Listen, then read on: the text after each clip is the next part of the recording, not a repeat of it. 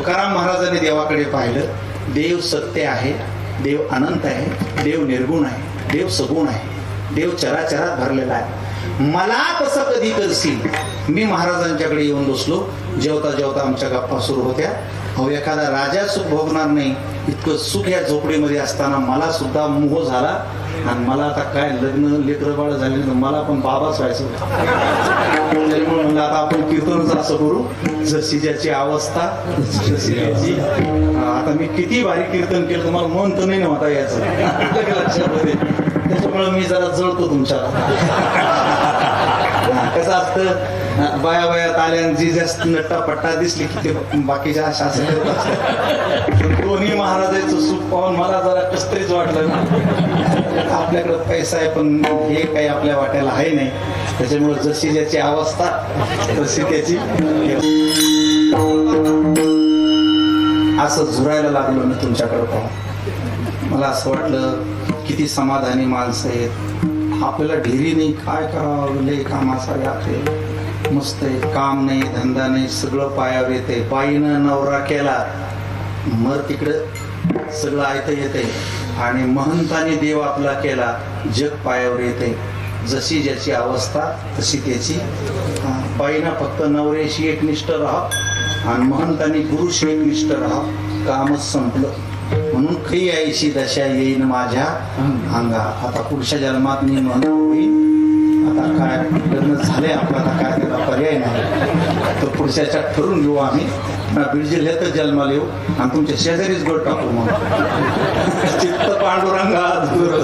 त्याच्यामुळे ते माझ्या डोक्यात राहिले ते. काही हरकत नाही, जशी ज्याची अवस्था तशी त्याची. काय करावं लागेल याच्यासाठी? झुरणं लागत तर काय करावं लागेल? जळल्यानं संसारात काही होत नाही आणि जळाल्यानं परमार्थात काही होत नाही. देवाचं भजन हा एकमेव उपाय मोठं होण्याचा, अभंगाच्या दुसऱ्याचा.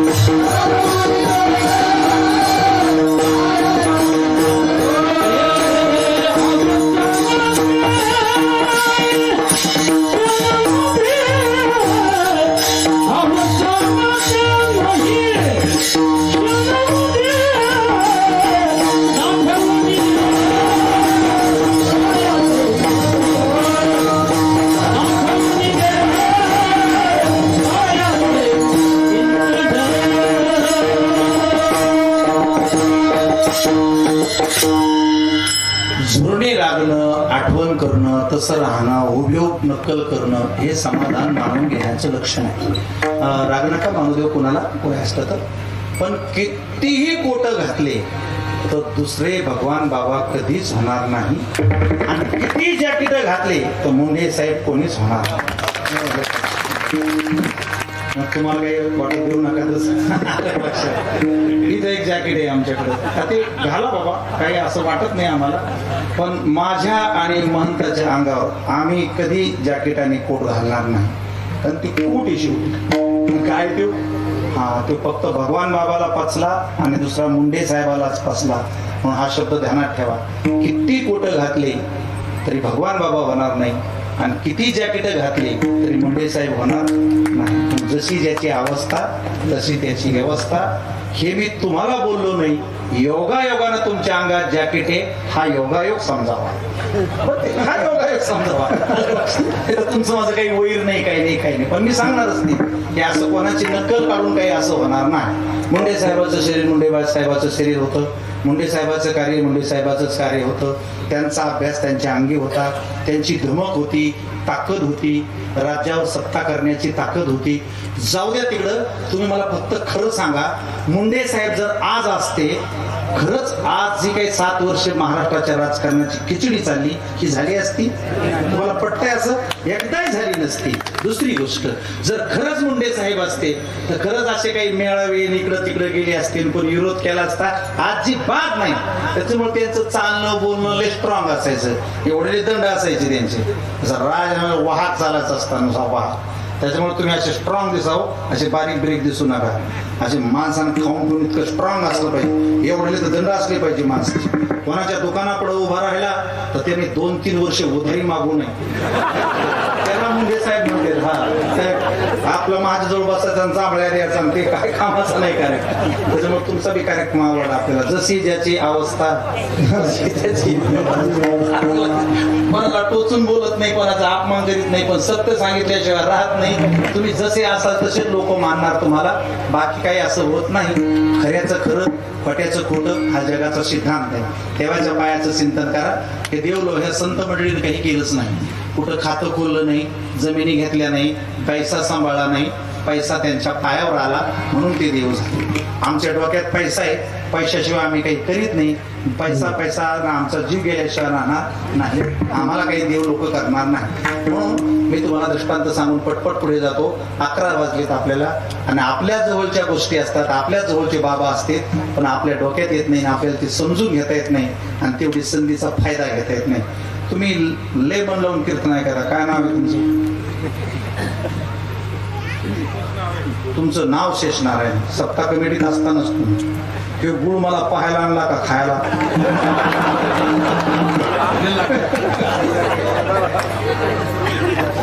फक्त खरं बोलायचं, हसायचं नाही. कधी खाऊ? जायची पाळी आली ना, मी गुळाकडे पाहतोय, गुळ माझ्याकडे पाहतोय. ज्याच्या हात गुळ आहे त्याचा हात तितका कंजूस. शेषणार आहे. गुळ तुमचा आहे का? नाही. तुम्हाला खायचा का? उचलून न्यायचा का? मग इतका तुमचा नाही, तुम्हाला खायचा नाही, तुमच्या घरचा नाही. माणसं चांगली आहेत तुम्ही. मग फुकटाचा गुळ तुमच्या जवळ पडलेला होता 2 घंटे, पण तुमच्या हाताने मला द्यावा आणि त्याचं पुण्य घडावं अशी तुम्हाला काय सुचली नाही. असंच होतं. नाही, सांगून देणं हे महापाप. सुचलं नाही हे नुसतं पाप, आणि सांगून दिलं नाही हे महापाप. आणि आता हा बळजबरीने दिलेला आहे. मला लय गोड लागेल का? असला काय मागून खायला मी का भिकारी का? तुम्हाला कुठं सुचलं? तुमच्या हाताने जर मला गुळ दिला असता, समजा तुम्हाला या मंडपातलं कोण आडवा आला असतं? तुम्ही मला नेहमी दिले असते, मी ओळख धरली असती, चहा पाजला असता, गाडीत बसून नेलं असतं. आता भेटा तुम्ही फक्त मला. विनोदाचा भाग आहे. आपलं जीवन असंच गोड आहे. आपल्या भोवती माय गोड आहे, बाप गोड आहे, समाज गोड आहे. फक्त आपल्याला सुचत नाही. मी विठ्ठल म्हणणार तरी गुळ मला भेटणार नाही. आणि बळजबरीनं खाण्यात काही तुमचे संसार असे बळजबरीनं चालले. बायको काही करीना, म्हणतात तुला मारीनच चहा नाही केला का? ती मारीच्या धाकांच्या आकृतीनं ते पितो का? कशाला पितो? मनातच जर नसेल तर देव काही घडणार नाही. म्हणून आठवून देह पायाचे चिंतन, अवसान ते क्षण नाही मध्ये. आंब्याचे दिवस आहेत आता, सध्या आंब्याचा पिरियड सुरू आहे. मला सांगा, आंब्याला मोहर किती लाखांना लागतो? लाखांना म्हणजे काय? लाखांनाच मोहर लागतो. मग सगळ्याच मोहराचे आंबे होते का बाकीचे मोहर कुठे जाते? वाऱ्या वावधाना ना. नुसती हीच चामका भोगाच खाली सगळा. तसं नुसतं काही एकादशी सोडणारे, वाऱ्या सोडणारे, भजन सोडणारे, फुलोऱ्यात जमाय सगळे. त्याच्यात जमाय लय येत असते कीर्तन ऐकायला. मरणाची गर्दी रोजच पाहतो आम्ही. कोणाच्या डोळ्यात पाणी यायला, पक्क व्हायला, त्याला अंगात यायला थोडा वेळ लागेल ना. मग जे काही आंबे वाचले त्याच्या कैऱ्या होत असते. कैरी असते आकाराला, दिसायला हिरवी, निबरडक, आंबटखट. अशी कच्ची कैरी खाव वाटली, आपण दगडाच्या फटक्यानं खाली घेतो का कुडी लावून खाली घेतो? का बरं? जशी ज्याची अवस्था. बारके म्हणून दगडच हाणायचे. आता कोण कोण बारके? ज्याच्या बुद्ध्या कमी आहेत ते सगळे बारके. उदाहरणार्थ शेषनाग. लक्षात आता यायला गुढीनं बोलून थोडी जमत असतं. तुमची बायको तुम्हाला धुवून काढणारे घरी गेला काय टर करता ले घरी हुकलं ते तुमच्या हातातून गेलंच ते. आता तुम्ही जास्त जर द्यायला लागले लोक म्हणतील सोंग करायला लागला. तिकडे नका पाहू, वर्गाने सुद्धा अशाच असतात. काय तुम्हाला सुचतच नाही कधी.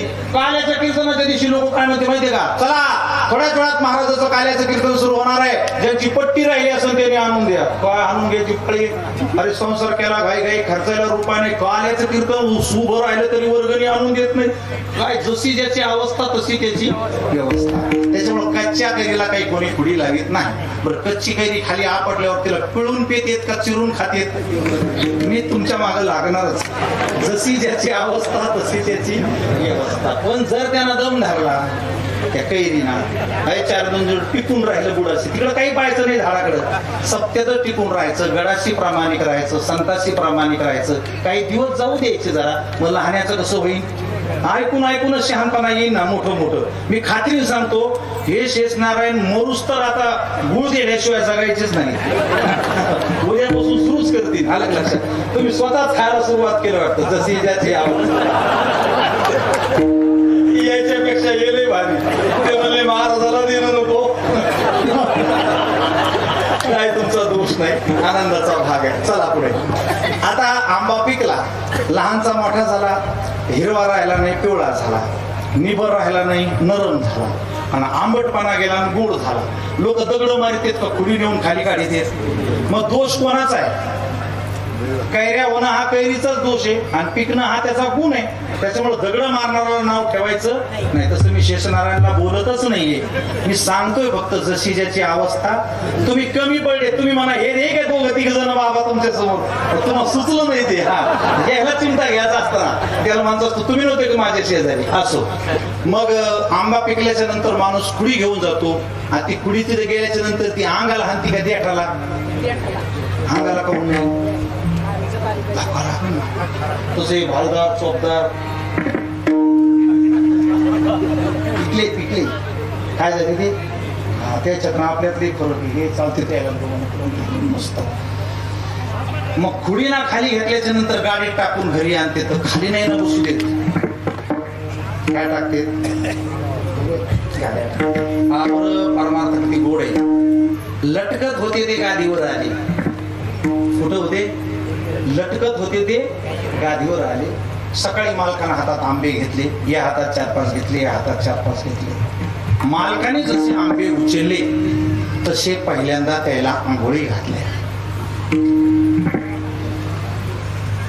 भगवान बाबाला, नारायण महाराजाला 100 बाबा गंगाळानं लोक आंघोळी घालायचे, घागरीने पाणी घालायचे. ते प्रत्येक माणसाला असं वाटायचं. भगवान बाबाच्या डोक्यावर ज्यांनी घागर टाकली, तुम्हाला सांगतो त्यांच्या विहिरीचं कधीच पाणी कमी झालं नाही. आता पूर्ण दिल्यामुळे तुमचं काय होईल? पटकन 500 रुपये माझ्या पायावर वा, शाप मुक्त व्हा.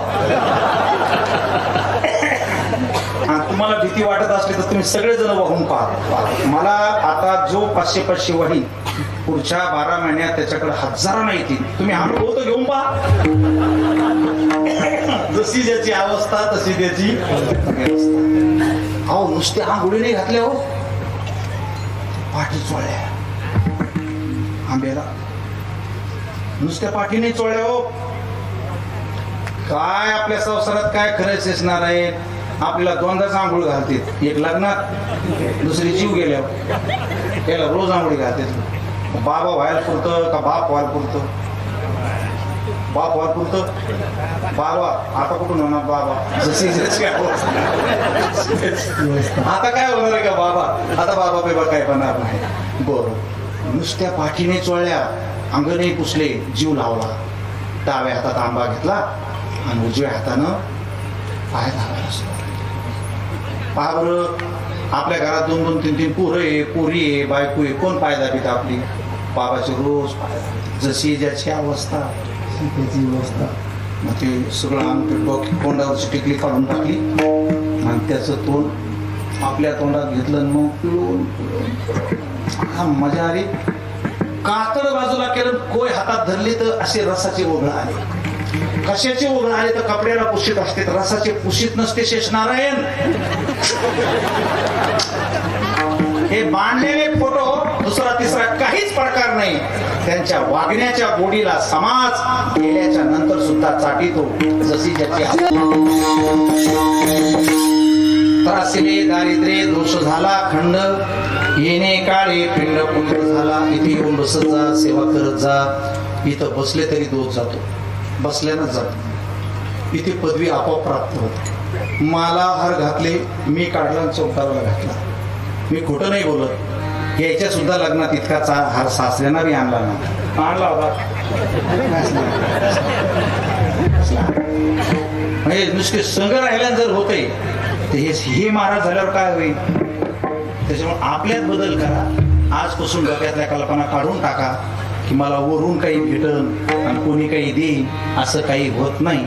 तुम्ही जसे असाल लोक तशी तुमची सोय लावते. तुम्ही पोटात होते, मागता येत नव्हतं, खाता येत नव्हतं, तुमचं तोंड नाळीशी जोडलं होतं. माय भाकर खात होती, तुम्हाला दूध भेटत होतं.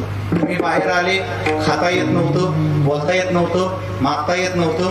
माय रोजच भाकर खात असती, पण तुम्ही तिच्या पदरात आले, तिच्या स्थानामध्ये दूध तयार करण्याची देवानं काय केली, व्यवस्था केली. तुम्ही गोड होते, पाण्यात टाकलं, लोकांना झोके दिले, तुमच्या पप्प्या घेतल्या, बिस्किटं आणले, गालाला हात लावले. जशी ज्याची अवस्था तशी त्याची व्यवस्था. तेच घर आहे आता, तेच माणसं आहे, तेच रक्त आहे, तेच नातं आहे. आता गालाला कोणी हात लावित नाही, आता लावला तर फक्त वारकानाच. जशी ज्याची अवस्था तशी त्याची व्यवस्था. म्हणून हे सगळं पेऊन आला तर मार देतील, कीर्तनकार झाला तर हार देतील. लक्षात, आजपासून धागे दोरे गंडे उद्या भस्म असल्या काही भानगडीत पडायचं नाही. दान धर्म व्रत वैकल्य आपल्या गुरुशिवाय दुसरं काही करायचं नाही. एकदा संधी गेली, विषय संपला, पुन्हा काही होणं कदापि शक्य नाही. त्यासाठी तुम्हाला तिसरा दृष्टांत सांगतो. तत्पूर्वी जोरात टाळी वाजून भजन करायचं. विठोबा रखुमाई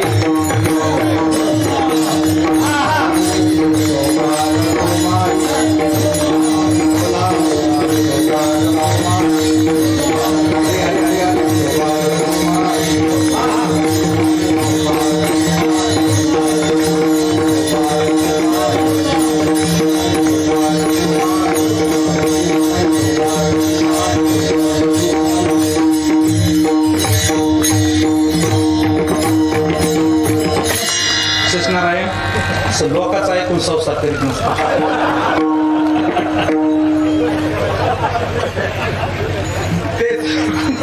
ते काही सांगतील नाही नाही खरंच येते की सांगत होते. मी सगळं ऐकलं नाही, मी डोळे नाही.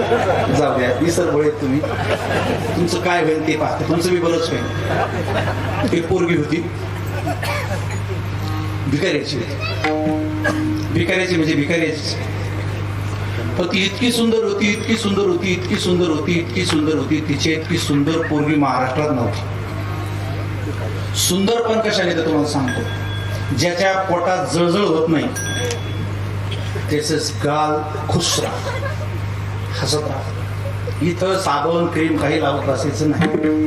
इथं काहीच नाही. यायचे पटणं बेबीत येत. तुम्हाला दुसऱ्याकडे पाहून जर लेकच करून वाटलं तर तुम्ही आता पंक्तीत बसले कशा हसू आपलं असलं हसू येते. बेबीत बटन आहे, त्याच्यामुळे जळकं राहायचं नाही. कधी मस्त हसत राहायचं. काही माणसाचे तोंड इतके पांढऱ्या तोंडाचे बाप कुठंच हसत नाही. कीर्तनात नाही, टीव्हीत नाही, लेकरा बाळात नाही, तमाशात नाही. जर कुणाच्या घराला आग लागली तरच हसला. हसून हवाची सिस्टीमच नाही. तोंडाचा इतका पांढरा संघ जर आला पाठीवर एसटी येत नाही त्या दिवशी. इतकं तोंड त्याचं बेकार. हायवेवर नेला ते एक उभी राहायची. प्रायव्हेट गाडी टाकला तर त्याची पंक्चर होणार. आणि ज्याच्या घरी याला पाहुणा नेला ना, याचा पाय पडणं, त्याचा गॅस संपूर्ण अजून किती पापी सांगू पांढऱ्या तोंडाचं काय म्हणायचं. तर ही पोरगी होती भिकाऱ्याची. होती भिकाऱ्याची पण ती इतकी सुंदर होती. पण तिच्या पप्पानं तिला कधी कपडे घेतले नाही, चप्पल घेतले नाही, साबण नाही, पावडर नाही. राहायची ती. पण खरं सांगू का, ज्याचं मुळातच जीव ठिकाण्यावर आहे ना, त्याला काय पावडर टिळायची काही गरज नाही. आमचाच निळा त्याला काय करायचा भांग टिळा. ते लई सुंदर असते. काळं माणूस असलं ना, त्याला काय पण लावलं तर काळं काय येतं. इथं कोणी काळे असतील तर राग मानून घेऊ नका. ते काळं काळं असते, गोरं गोरं असते. दोघांचे भाव वेगळे वेगळे. काळ्या माणसाला काळं म्हणून त्याला राग येतो. काळे काळे जर एका ठिकाणी बसले तर त्याचे गाणे निघाले सध्या. हम काले है तो क्या हुआ. तुम्ही सावळे आहे का पेटीबाजी ना बघू. हम काले है तो क्या हुआ असं गाणं निघलं त्याचं. आणि त्या काळ्यामध्ये जर एखादं गोरं आलं तर त्याची इतकी तळपायच्या मस्तकाला जाते. मग गाणं बदलत ते काय म्हणते, काळं काळं मोत्याचं झाड. काय म्हणते, कौतुक करून घेते. काळं काळं म्हणे मोत्याचं झाड आणि गोरं गोरं आपण नाही म्हणत. मला कळलं ते काय ते गोरं ते गोरून काळं ते काळं. ती पोरगी इतकी सुंदर होती, पण लहानची मोठी झाली, कामधंद्याला जाऊ लागली, 12-15 वर्षाची झाली, मग आणखी जास्त सुंदर झाली. किती सुंदर झाली सांगू का. तिच्याकडं माणसाने पाहिलं ना तो तिला डबल पाहणारच. तिच्या शरीराची ठेवूनच तशी होती. त्याच्यामुळे तुम्ही अशी गुटगुटीत बसत जा बरं का. लोकांच्या नजरा असतात, उगाच आपलं सुटल्यावानी, उदास, बँकेत भरून आणल्यावानी, पोलिसांना आणल्यावानी, असे संडास जुलाब झाल्यावानी असं कधी बसायचं नाही. हा, कधी बी आपलं ब्युटिफुल दिसलं पाहिजे. काय जो भेटन त्याला आनंद झाला पाहिजे. त्याच्यामुळे सकाळ तोंडाचं कधीच राहायचं नाही. त्याच्यामुळे ती पोरगी मोठी झाली. एके दिवशी सरपणाच्या काड्या घेऊन पोरी यायला लागल्या. पाठीमागून एक गाडी आली 4 चाकी. आता धक्का लागल म्हणून पोरी त्या पांढीत काट्यात अशा उभ्या राहिल्या. मग ही पण उभी राहिली. मग ही कशी उभी राहिली, एका काठीत घुसली अशी उभी राहिली.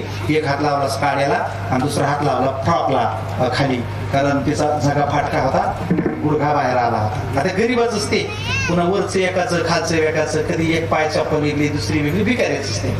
पण ती इतकी सुंदर असल्यामुळे जी गाडी चालत आली का ती नेमकी त्याची नजर गेली त्या पोरीवरती.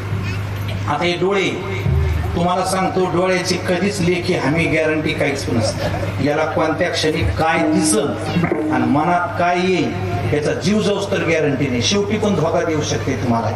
बर, मग आता त्याने ती पोरगी पाहिली, तिथंच गाडी उभी केली, काच केला खाली. त्या पोरीकडे निहाळून पाहिलं 2-3 बाऱ्या, त्याला दम नाही निघला.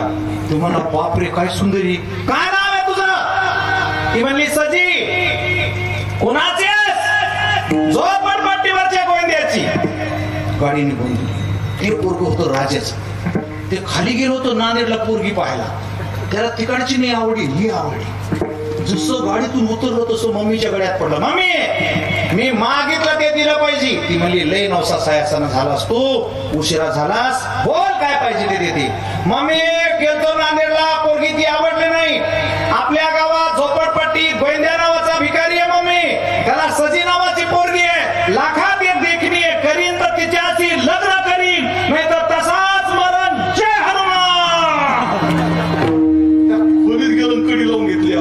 ती म्हणली काय कदर आला रे.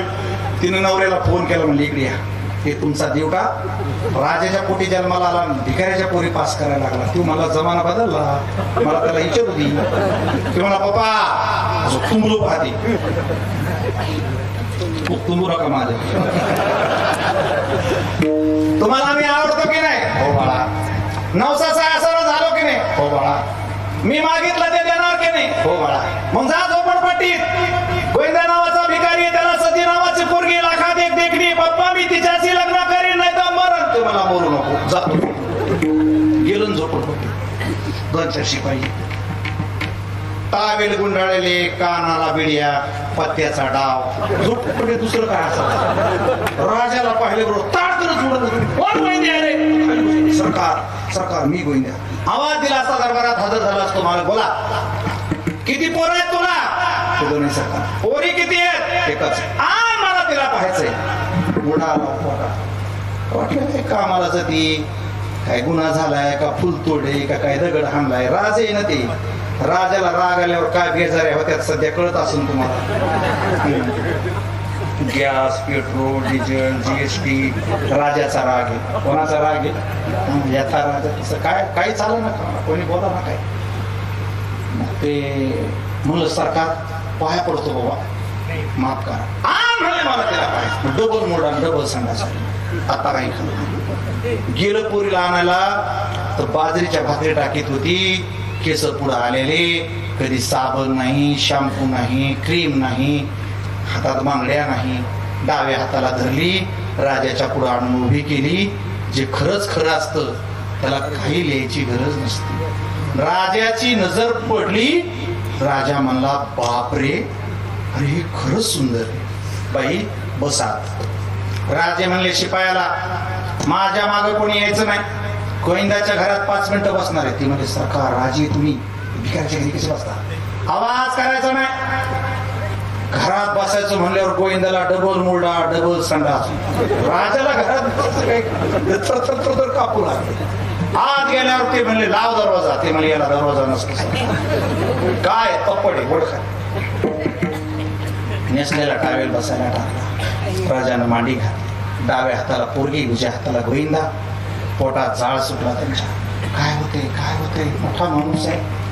राजाने पोरीच्या पाठीवर एक हात ठेवला आणि गोविंदाला विचारलं, गोविंदा ले नवसानं मला लेकरू झाले. त्यांना काही मागितलं मी दिलं नाही असं कधी घडलं नाही. राजा गोविंदा पाया पडतो अंधारात तुझ्या, एवढं बाळ मला दे. काय असतं थर कापायला. सरकार हे उकुरड्यावरचा किडा आहे हो. भिकारी आहे मी. मला भिकाऱ्याशिवाय कोणी बोलत नाही. माझी पोरगी राणी कशी होईल? म्हणला गोविंदा कशाला टेन्शन, पाया पडतोय मी तुझ्या, देऊन टाक मला. सरकार माय मेली तवा ही 3 महिन्याची होती.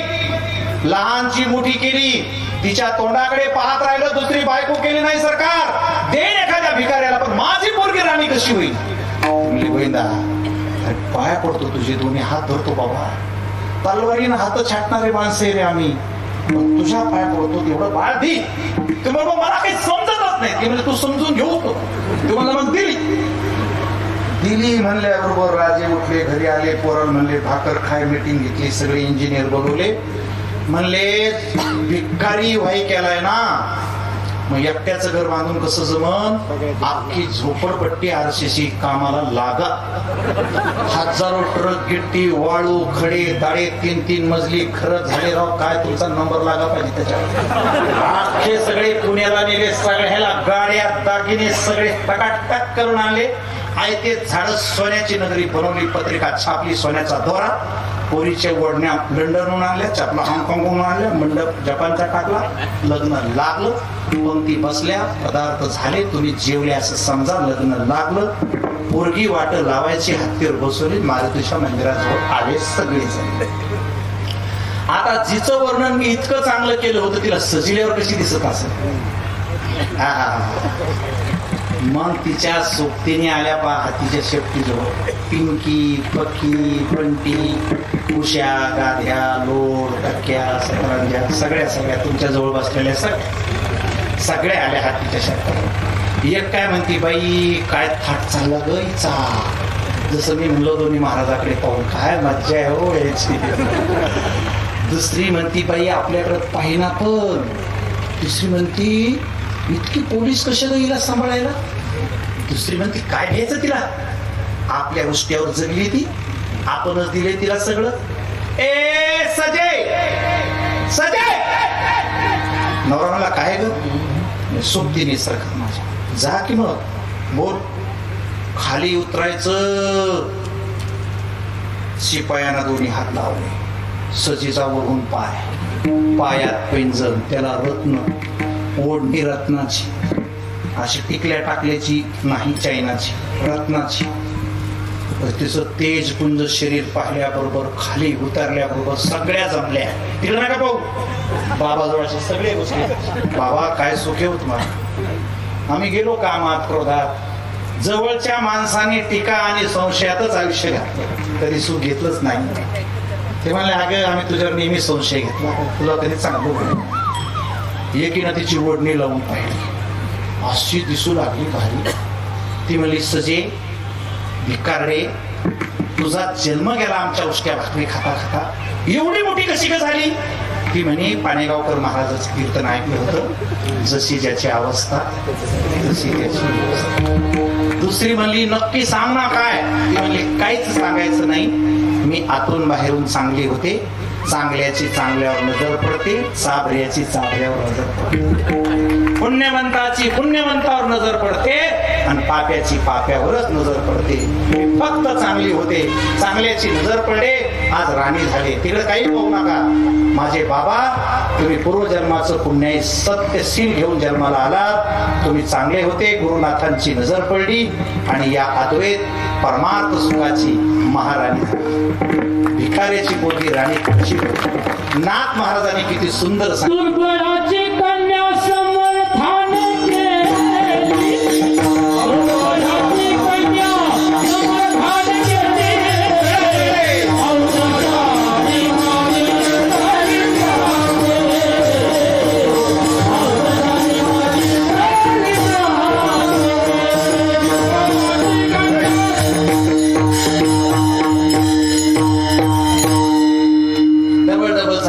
मजा नाही. आता ते जुना काळ होता, लोक येत नव्हते, उशिरा चालायचं.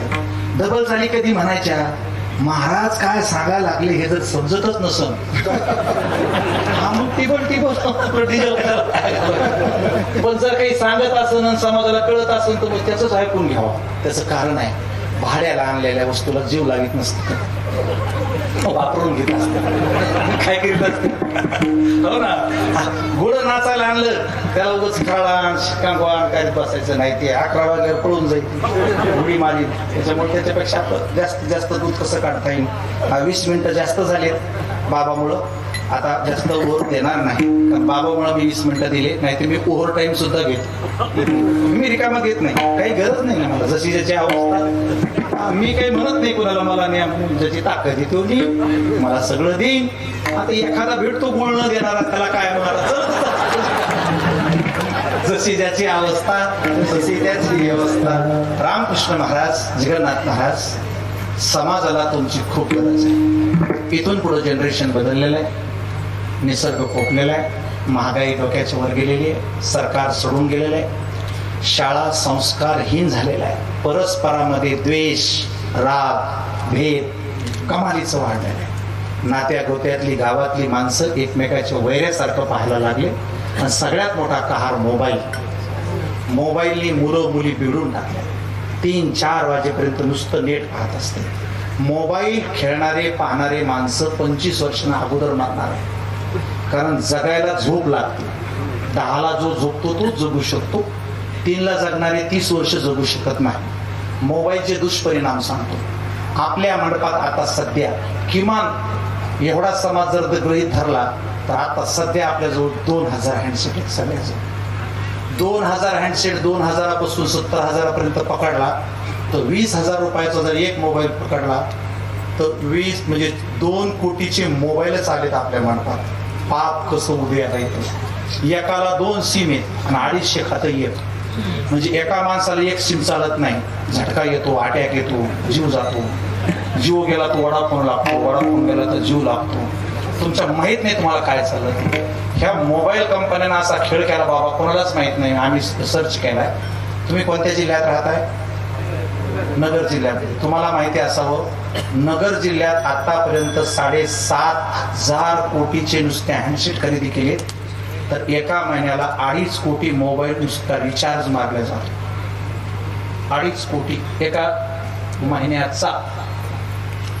आता एका महिन्याला जर असे 3-3, 4-4 कोटी जर पैसे मोबाईल कंपन्याने यायला लागले तर सावध, पूर्ण महाराष्ट्राचा रिचार्ज आहे आता 25,000 कोटी रुपये दर महिन्याला मोबाईल कंपन्या तुमच्या खिशातून आल्हाद न्यायला लागल्या. आल्हाद 25,000 कोटी रुपये म्हणजे सावध. तुम्हाला नदीचं पाणी सुद्धा पुरलं नाही. लक्षात ठेवा, तुम्ही गोदावरी कोरडी पाडली, दुधना कोरडी पाडली, पूर्णा कोरडी पाडली. 25,000 कोटी जर मोबाईल कंपन्या दर महिन्याला जर खेचायला लागल्या, नेक्स्ट 10 वर्षांना तुमच्यात काहीच होणार नाही. एक तर मोबाईल खेळणाऱ्याला अक्कल राहत नाही, स्मरण राहत नाही, गणित इतिहास भूगोल काही कळत नाही. त्याचं अंतःकरण ड्राय होतं, त्याला नाता आणि वेळ कळत नाही, आणि पुढच्या जनरेशन मध्ये तो पूर्णपणे उद्ध्वस्त होणार आहे. मोबाईल अशी सिस्टीम आहे, महापापातलं पाप. त्याला जर चांगलं वापरलं तर माप आहे, नाही तर पापच आहे. आम्हाला तमाशा परवडत होता, नाचणाऱ्या बाया परवडत होत्या, कारण जत्रात तमाशा यायचा, गावाच्या बाहेर नाचायचा, आंबट शौकीन जात होते, चांगले घरात शाबूत राहत होते. हा असला तमाशा आलाय फालतू. त्या नाचत होत्या पण निदान अंगावर कपडे तरी होते. हे इतकं विचित्र आहे. तुम्ही कीर्तन पाहायला झालं की दुसरंच निघतं, तिसरंच येतं.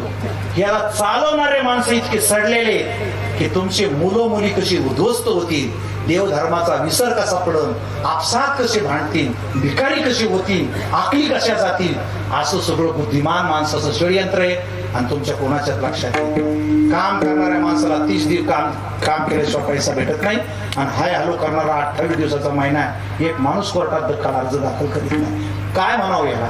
या मंडपात जर एवढा खर्च होणार असेल तो वर्गणी नाही ना तेवढी. सप्ताह सोडून देणारे सप्ताहाचा किंचित खर्च आहे. तुमच्या परिसरात मोबाईल मध्ये जेवढे पैसे जाते तेवढे सप्ताहामध्ये कधी येत नाही. गावात वाचनालय नाही, पिण्याच्या पाण्याची सोय नाही, रात्री बेरात्री काही झालं तर दवाखाना नाही, क्रीडांगण नाही, वाचनालय, टाळ पखवाज नीट नाही. पण गावात रिचार्ज हजार रुपयाचे जर जात असतील तर ही गोष्ट पुढच्या काळासाठी वाईट आहे. आणि म्हणून तुमच्या सारख्या संतांची समाजाला पुढच्या काळात ऑक्सिजन सारखी गरज आहे. जे मुलं आता मी पाहतोय तुम्ही सगळ्या जणांनी परमार्थच करायचा. कुणाच्या संस्थेचे हे सगळे? आपल्या संस्थेचे. ह्या सगळ्यांना शिकवा, मोठं करा, कारण पुढचा काळ हा अतिशय वेगानं फिरतोय. अशा काळात सावध राहा. नारळी सप्ताह केल्याबद्दल मी विश्वशांती केंद्र आणि वारकरी संप्रदायाच्या वतीनं कारेगाव आणि समस्त भक्त मंडळींना लाख लाख शुभेच्छा देतो. नारळी सप्ताह केला तुमच्या उभ्या आयुष्यात तुम्हाला कुणाकडे हात पसरायचं काम पडणार नाही. भगवंत आणि बाबा तुम्हाला आरोग्य देतील, ऐश्वर्य देतील, संपन्नता देतील, दैवी गुण देतील, सद्भावना देतील आणि परस्पराची प्रीतीही टिकून ठेवतील. यासाठी आपण एका मेळ्यानं बसणं गरजेचं आहे. सत्ता करण्याचं पहिलं फलित काय तर एवढा समाज एका ठिकाणी बसला, हे सत्ताचं गणित आहे. नाही तर माणसं एका ठिकाणी बसायला बसलेच कुठं? माणसं बसना कोणाजवळ? पक्षाचे बसना, राजकारणाचे बसना, व्यवहाराचे बसना, एवढाच एक मंडप राहिलाय. इथे माणूस सुखात समाधानाने राहू शकतो. म्हणून रामकृष्ण महाराज, तुम्ही या जन्माचं पुण्य नाही तर 100 जन्माचं पुण्य घेऊन या गादीवरती आलात. हे तुमचं संचित आहे आणि मी तुम्हाला खूप खूप शुभेच्छा देतो. तुमच्या हातून तुमच्या जीवनात समाजाची उत्तरोत्तर कार्य घडावी, गोरगरिबांच्या मुलांची शिक्षण घडावी, लोकांचं आरोग्य मिळावं. या शिबिरामध्ये तुम्ही अजून बदल केले पाहिजेत. पुढच्या नारळी सप्ताहाला रोज आसनं ठेवायचे, प्राणायाम ठेवायचे, योग ठेवायचा. लोकांना बीपी आहे, शुगर आहे, ब्लॉकेज आहे, एखाद्या मोठ्या डॉक्टरला मोफत बोलवायचं, सगळं करतात ते. जी टॉकीजला बोलवायचं, आपल्या गावाला मोठं करायचं आणि सगळीकडे झाडं लावा. झाडं